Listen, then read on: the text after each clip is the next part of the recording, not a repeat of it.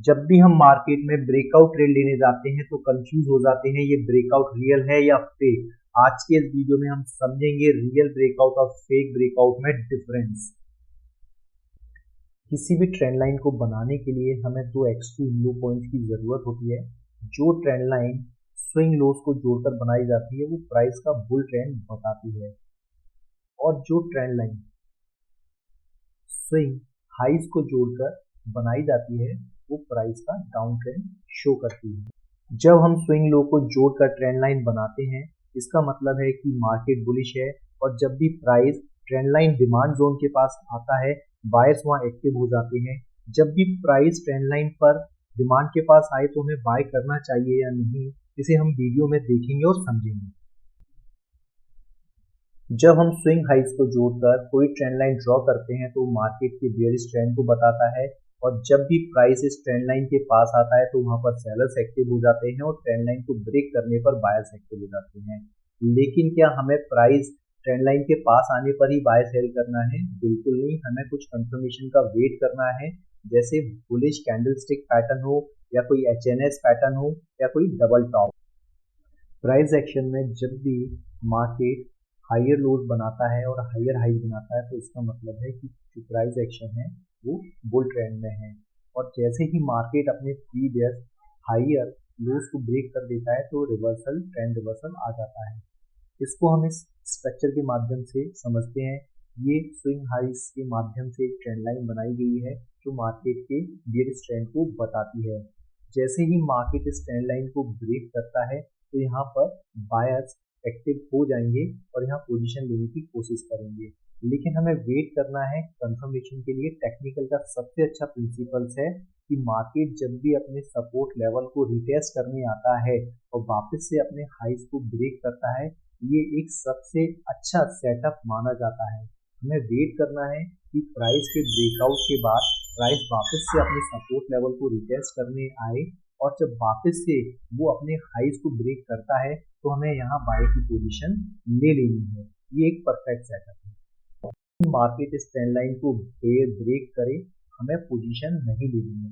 मैंने अभी प्रीवियसली भी आपसे डिस्कस किया था कि ट्रेंड लाइन को ब्रेक करने के बाद हमें अपने जो सपोर्ट जोन है, रेजिस्टेंस जोन है, उसको रिटेस्ट करने का वेट करना है। प्राइस ने फिर से कैंडल बनाई, जब वापस से मार्केट इसको एक बार रिटेस्ट करने जाएगा और रिटेस्ट करने पर वहां सस्टेन नहीं कर पाता, फॉल्स कर देता है, तब हमें पोजीशन लेनी है। एक और ट्रेंड रिवर्सल पैटर्न के थ्रू हम इसको समझते हैं। मार्केट स्विंग हाइज बना रहा है और हम एक ट्रेंड लाइन ड्रॉ करते हैं। मार्केट का प्राइस एक्शन जो है वो जब इस ट्रेंड लाइन को ब्रेक करता है तो हमें वेट करना है, एकदम पोजीशन नहीं लेनी है। मार्केट पहले कंटिन्यूसली जो बना रहा था वो लोअर लोज बना रहा था, लेकिन उसके बाद मार्केट ने हायर लोज बनाना स्टार्ट किया। ब्रेकआउट के बाद हमें वेट करना है कि वापस से जो प्राइस है वो अपने सपोर्ट जोन को रिटेस्ट करने के लिए आए, और जब वो हाई तोड़ेगा तो वहां पर हमें एक कंफर्मेशन आ जाएगा और ये एक अच्छा सेटअप रहेगा। यहाँ पर हमने स्विंग लो के थ्रू एक ट्रेंड लाइन ड्रॉ की और हम देखते हैं प्राइस किस तरीके से मूवमेंट करता है। प्राइस एक्शन में हम ये लेवल मार्क कर देते हैं लोअर हाई और वेट करते हैं। मार्केट ने यहाँ पर ट्रेंड लाइन को ब्रेक कर दिया है और यहाँ पर जो पोजीशन जो है हम यहाँ एक परफेक्ट सेटअप हमें दिख रहा है। ये ट्रेंड रिवर्सल है, तो जैसे ही मार्केट ने पे कैंडल लिया तो वेट कर सकते हैं अपने लेवल को टेस्ट करने के लिए, या हम यहाँ पोजीशन ले सकते हैं। ये नेक्स्ट एक और हम एग्जांपल देखते हैं, मल्टी टाइम फ्रेम का है। ये हमारा जो चार्ट है वीकली चार्ट है। हम इसको स्विंग हाई के थ्रू एक ट्रेंड लाइन ड्रॉ करते हैं, और जब हम ट्रेंड लाइन ड्रॉ करते हैं तो देखते हैं कि मार्केट यहाँ पर रेजिस्टेंस ले रहा है।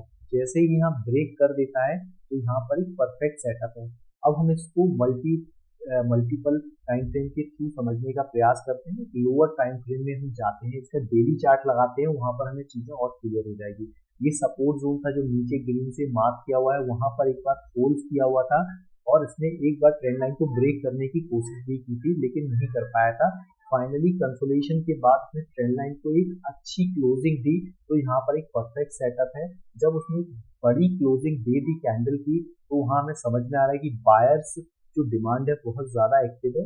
यहाँ पर एक परफेक्ट सेटअप बनता है और हायर हाई और हायर लोज भी पैटर्न जो स्ट्रक्चर है वो बना रहा है, जो हमें एक एंट्री का इंडिकेशन दे रहा है। ये प्री डिफाइंड और एक और पैटर्न से हम इसको समझने का प्रयास करते हैं। ठीक है, जब भी प्राइस एक्शन का मूवमेंट रहता है तो हमें अपना ट्रेडिंग सेटअप लेते समय हमेशा सपोर्ट और रेजिस्टेंस का ध्यान रखना है। सपोर्ट और रेजिस्टेंस एक कंफर्मेशन है कि यहाँ से मार्केट रिवर्स हो सकता है। जैसे हमने यहाँ पर एक हॉरिजॉन्टल लाइन ड्रॉ कर दी और प्राइस आता है इस सपोर्ट का, यहाँ पे देखते हैं कि हमने फॉल किया हुआ है और हम एक ट्रेंड लाइन ड्रॉ करते हैं स्विंग हाइज के थ्रू, और जैसे ही ट्रेंड लाइन को ड्रॉ उसको ब्रेक करता है तो यहाँ पर एक कंफर्मेशन आ जाता है बाइंग का।